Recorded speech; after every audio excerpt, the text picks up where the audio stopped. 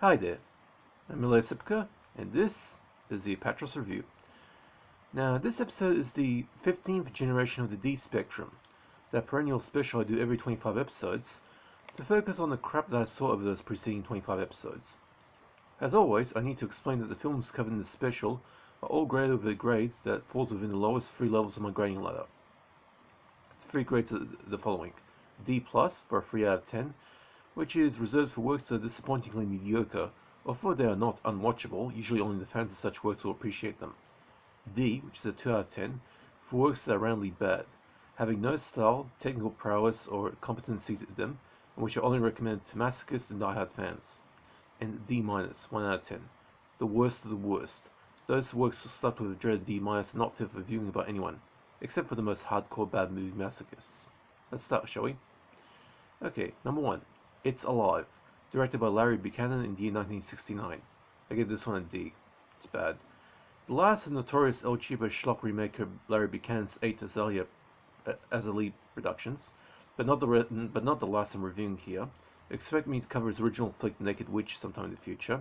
This shot in 7 days telepic was actually unique, as it is essentially a remake of a film that was never made. During the 1960s, AIP wanted some telepics to make for the television syndication package, so they took a number of scripts of some of their old movies and passed them on to Larry Buchanan to remake. For this one, AIP had a script for a movie that they were planning to make called Goo, or G-O-O, based on Richard Matheson's story, and meant to star Peter Lorre and Elsa Lanchester. But Lorre had died before the project started, and AIP decided to get some consolation money out by passing the script to cheapo Larry to turn into a telepic. Now, well, I finally did what many people would have thought was impossible. I finally tracked down Corn Pop, the corpse president to Joe Biden's infamous nemesis. He was actually a gold miner who dug into the ground in order to find some gold, but actually found a creature older than Biden himself, a prehistoric reptile with ping-pong eyes, and which looks like some bloke wearing a scuba suit. Corn Pop initially was frightened by the creature, but quickly made the reptile his friend, first by feeding it stray animals, but then switched to feeding the creature stray tourists who happened to make the unfortunate mistake of getting themselves lost. For this film, Corn Pop has his sights set on a couple from New York, who made a wrong turn, as well as a paleontologist who was himself digging the area and who wanted to check on the couple's welfare. Biden's old nemesis put all three people into the creature's underground cave, where Corn Pop's pet munches on the husband, and the victim's wifey teams up with Mr. Bone Digger Dude to find a way to escape the underground cage and take down Corn Pop and his scaly pet. This ain't bad enough to be considered one of the worst films ever made, or itself a terrible film exactly, just a bad film with some occasional moments of pleasing on the eyes goofiness that makes the film something of an enjoyable experience. Aside from the seriously naff creature, I mentioned this thing looks like an actor wearing a scuba suit with a ping pong ball stuck on its passive eyes. The flashback scene where the captive slave housekeeper recounts the tale of how she got trapped there in Corn Pop's house is a bit on the surprisingly effective side. There's a minimalist narration, and his silence during the sequence is interesting to say the least. I found that particular scene conveyed the growing hopelessness the character felt across in surprisingly decent fashion. That being said, this film's main problem is that it's boring as hell. Now, number 2, The Astro Zombies, directed by Ted V. Michaels in 1968. This one I give a D-. It's atrocious. The Astro Zombies is dull as shit, extremely talky, padded out to insane levels, featuring gore effects so bad you'll be laughing yourself to the hospital watching them, and aimed squarely at the lowest common denominator of the film going public. This resulted in the film becoming a cult fave, although it took Michaels the best part of 30 years before he started mounting sequels for this, with Mark of the Astro Zombies coming around 2002. I think he made 2 more sequels before finally calling it a day on that one. This cemented Michaels' reputation amongst hardcore professional bad movie masochists up for a view challenge. This makes the film right up my alley. That being said, while the concept was a typical mad scientist film from the 1930s and 40s, only given a late 1960s facelift, and with the aforementioned crazy bad gore effects and even build topless nudity during the nightclub dance scene, as well as the hilarious side of an Astro Zombie running around charging the solar panel on his forehead with a common garden variety flashlight, which, by the way, is plausible because there's a lot of cheap solar gadgets out there that actually do work if you shine a normal flashlight on them. And a soon-to-be murdered CIA spook trying to escape his fate by headbutting a hostile enemy spy in the balls. And we have the sight of perennial bad movie patron Seth Joan Carradine as Dr. DeMarco, who gives us the wonderfully masochistic sight of unscrewing all 4 screws in the back of a small metal back cabinet, lifts off the entire back panel, unscrews another screw, opens the drawer, puts in a small circuit, then closes everything up again, then waiting for the degaussing process to finish before repeating the whole procedure again to remove the circuit, all of which is done in real time. The hero of the piece is Wendell Corey, who made this his last ever film role before dying from the bowl shortly afterwards, Yazaki. And the most amazing cast member here is Tura Satana, dressed to the hilt with some insanely high slits on her cocktail dress that exposes the full length of her thighs, as well as openings for the sides of her stomach and her boobs, and absolutely killing it in every shot she is in. Although I should point out that the suppressors do not work in revolvers, as there are plenty of space on the weapon that gas can escape from, making the suppressor unable to lower the sound of such a gun firing. Plus, the suppressor looks mighty fake. Now, make no mistake, this is a bad film, being almost completely unwatchable for neo-masochistic model movie fans, but for professionals like me, this gives quite a kick. Number 3. They Saved the Austrian Painter's Brain. Directed by David Bradley in 1972. Again, this one a D-, it's atrocious. In 1963, the low-budget Crown International drive-in feature The Madman of Mendoras was released. Most people paid no attention to it, except for maybe a few masochists looking for a laugh. The film was then made the subject of a project by Crown to mount a telepic. An extra 19 minutes of new footage starring some woefully inept UCLA film students was tacked onto the beginning, and the finished product was then put on television. Now, while many sources, including the IMDb, stand by the claim that this unholy bugger of a telepic was released in 1968, there is some strong evidence that this cannot be the release date, as some of the fashions in the new footage are technically inconsistent with 1968 standards. Also notable is that the female agent in the new footage is driving a Volkswagen Beetle, but a good look at the back of the car reveals that this car cannot be more older than 1972. See, there's 4 sets of air vents on the engine cover at the back of the car, which wasn't added to the Volkswagen Beetles until 1972, thereby making the 1968 release date technically impossible. Since there is no general consensus on the actual release date, I've decided to play it safe and release years 1968 and 72 just to cover all bases. This made-for-television re-edit was easily one of the worst films I've seen from the 70s. The original Madman of Mendoras is a better version, but only by the figurative nose. The film's rather outrageous title has given the film some exposure as a bad movie classic by the world's army bad movie masochists, but if you're up for watching this, stick with the original version. This TV version sucks going eggs. Number 4. Howling for the Original Nightmare, directed by John Hoff and Clive Turner in 1988.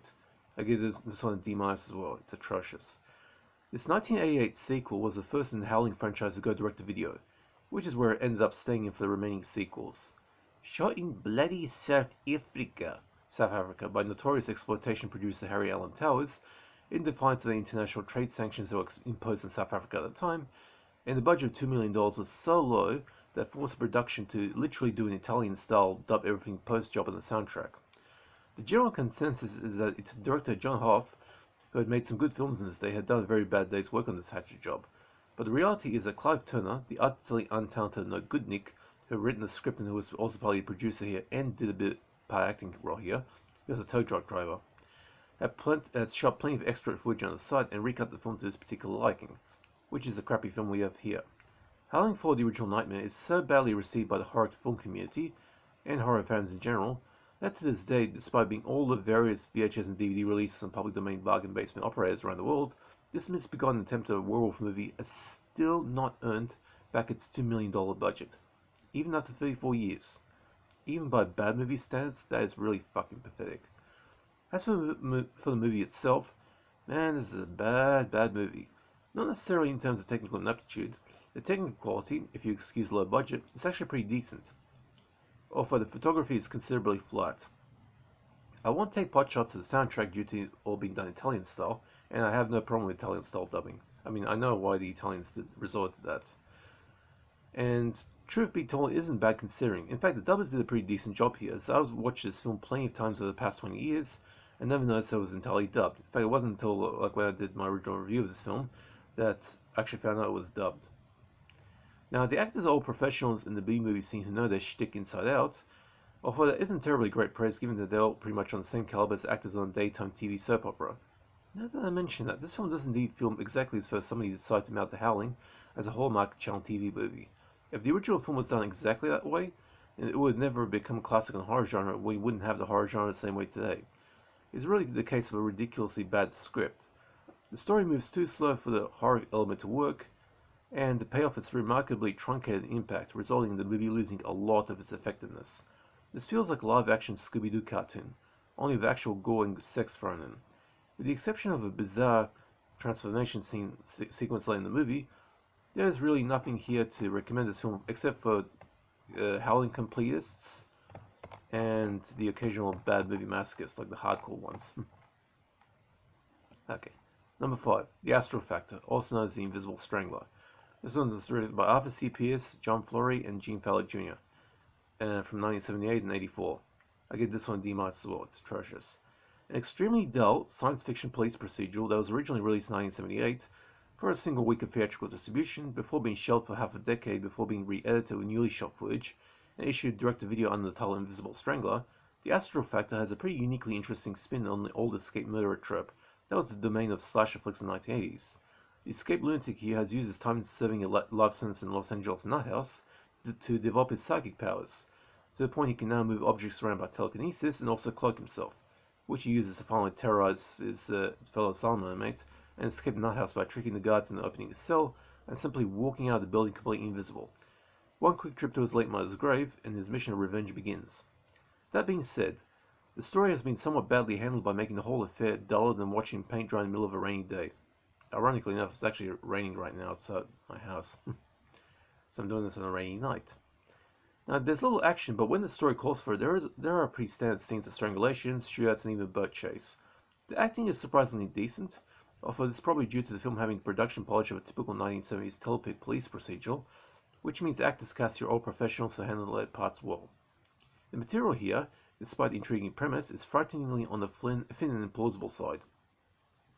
While I can understand the lack of depth into how Roger Sands is able to develop advanced psychic powers from a few occult encyclopedias and self-help books, I guess director-writer Arthur C. Pierce deliberately kept certain background details vague so his audience can discuss these amongst themselves and their friends, thus ensuring the film's appeal. Well, I guess that didn't quite work out the way expected, but the whole idea of eliminating the four witnesses, all played by washed-up B-level actresses who, despite their slim parts, have more personality than, say, a C-level actress like Meghan Markle, whose only sin was to testify on their late friend's behalf against their killer of a son. Well, that doesn't seem right. If I was Roger Sands, I would use my powers to disappear from the area and start a new life, as well as using my newfound powers in superhero mode. Anyway, the gist of this is that Astral Factor is a frighteningly drab and boring film. It's remarkably slow, and while the cast perform well given the hokey material, the story is simply obsolete by 1980s standards. I've seen some bad slashers from the awesome 80s that are much more interesting than this one. And just to reiterate about that Astral Factor, like I said, there are two versions of the film out there. The Invisible Strangler version, which was released onto VHS, is commonly available, but the original Astral Factor one, I don't know when they actually released that onto video or DVD, but eventually found one on DVD. You can actually find it on various copies. In fact, wait a second. Yeah, here's my DVD copy of the Astral Factor, the original version. Now, this one I reviewed in an episode was actually a Dutch DVD from Netherlands, from an outfit based in Rotterdam, whatever. Anyway. Okay, that's it for part 1 of the D Spectrum 15. In a couple of days, I'll bring out part 2 and then start my 2023 review season. Hope you guys are staying safe. If you have any questions about films or DVDs, just hit me up in the comment section. I'll be happy to answer. If you guys are staying safe, take it easy, and that's it for this review. See ya.